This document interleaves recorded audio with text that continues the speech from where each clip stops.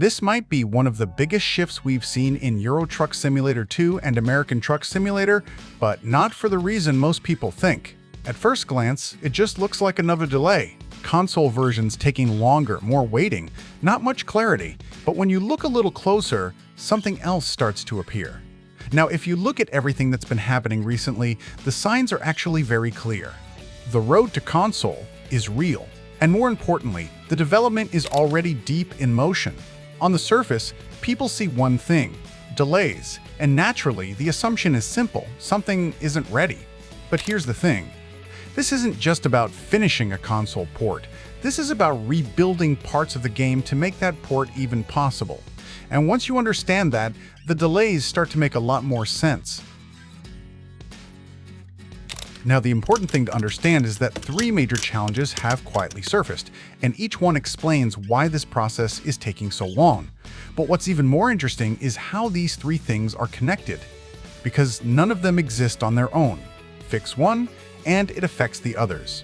Ignore one, and the entire system struggles.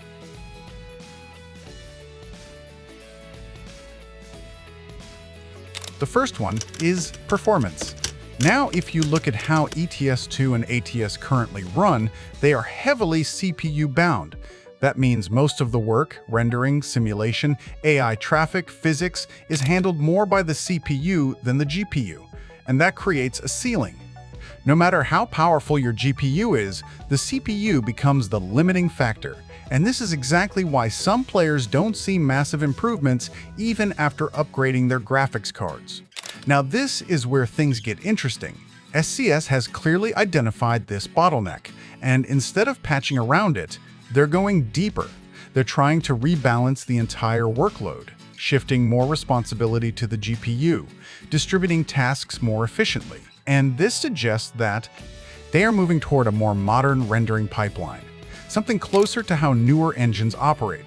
So what this means is better scalability, better performance across different systems, and most importantly, consistency. Because on consoles, consistency is everything. You don't get to adjust settings like on PC. The game has to run well, as is, at stable frame rates, at high resolutions, and likely targeting 4K. So this change isn't optional, it's required. And that's why it's taking time.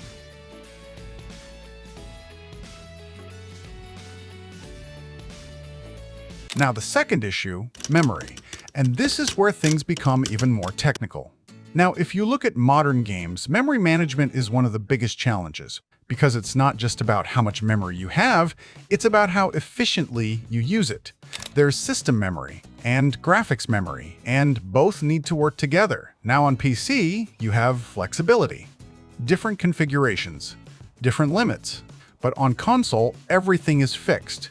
So SCS has to optimize for a very specific environment.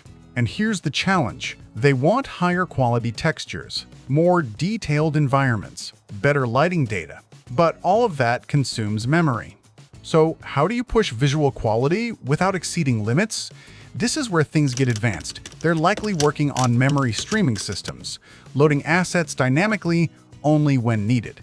They're likely improving memory defragmentation, reducing wasted space, making everything more efficient.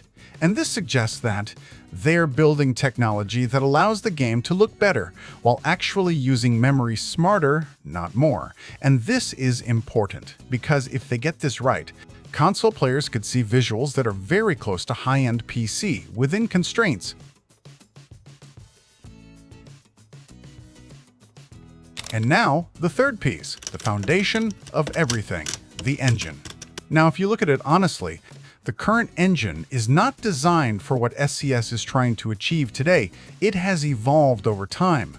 But at its core, it's still built on very old architecture, layers on top of layers, systems connected in ways that were never originally intended. And that creates friction, limitations, bottlenecks. So what SCS is doing here is something much bigger than people realize. They are actively reworking that foundation, rewriting parts of the engine, modernizing systems, and preparing it for the future. Now, this is where things get really interesting, because this isn't just about consoles anymore. This could unlock entirely new features, More advanced lighting systems, better reflections, improved AI behavior, larger, more detailed maps, and even deeper immersion features. For example, support for PlayStation 5's DualSense, adaptive triggers, haptic feedback, things that can completely change how the game feels, not just how it looks. And this suggests that SCS is not just thinking about getting the game onto consoles, they're thinking about how to make it feel like it belongs there. Now, if you connect all of this together, performance changes. Memory optimization, engine rework. You start to see the real picture. This is not a port. This is a transformation of the game's core systems, and that's why the timeline feels long, because this kind of work doesn't happen quickly. So I think the players of our games have known for a couple of years that our games are mainly CPU bound. That means the processor is kind of the bottleneck of the performance. We are very well aware of that.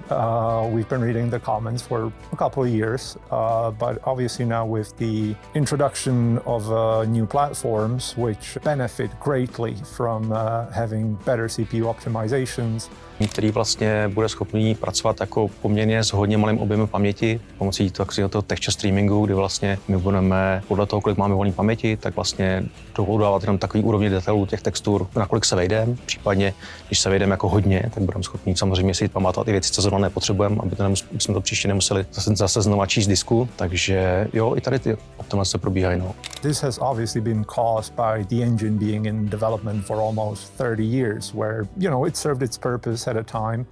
But throughout all these years, you make tiny little shortcuts in development because you need to ship content, you need to ship the titles, you need to get it out to the market. And as it turns out, if you do these little shortcuts here and there, after 30 years, it kind of adds up. And now untangling and remedying these situations is taking quite some time, and we want to do it correctly. We don't want to rush things. We don't want to release a half-baked product.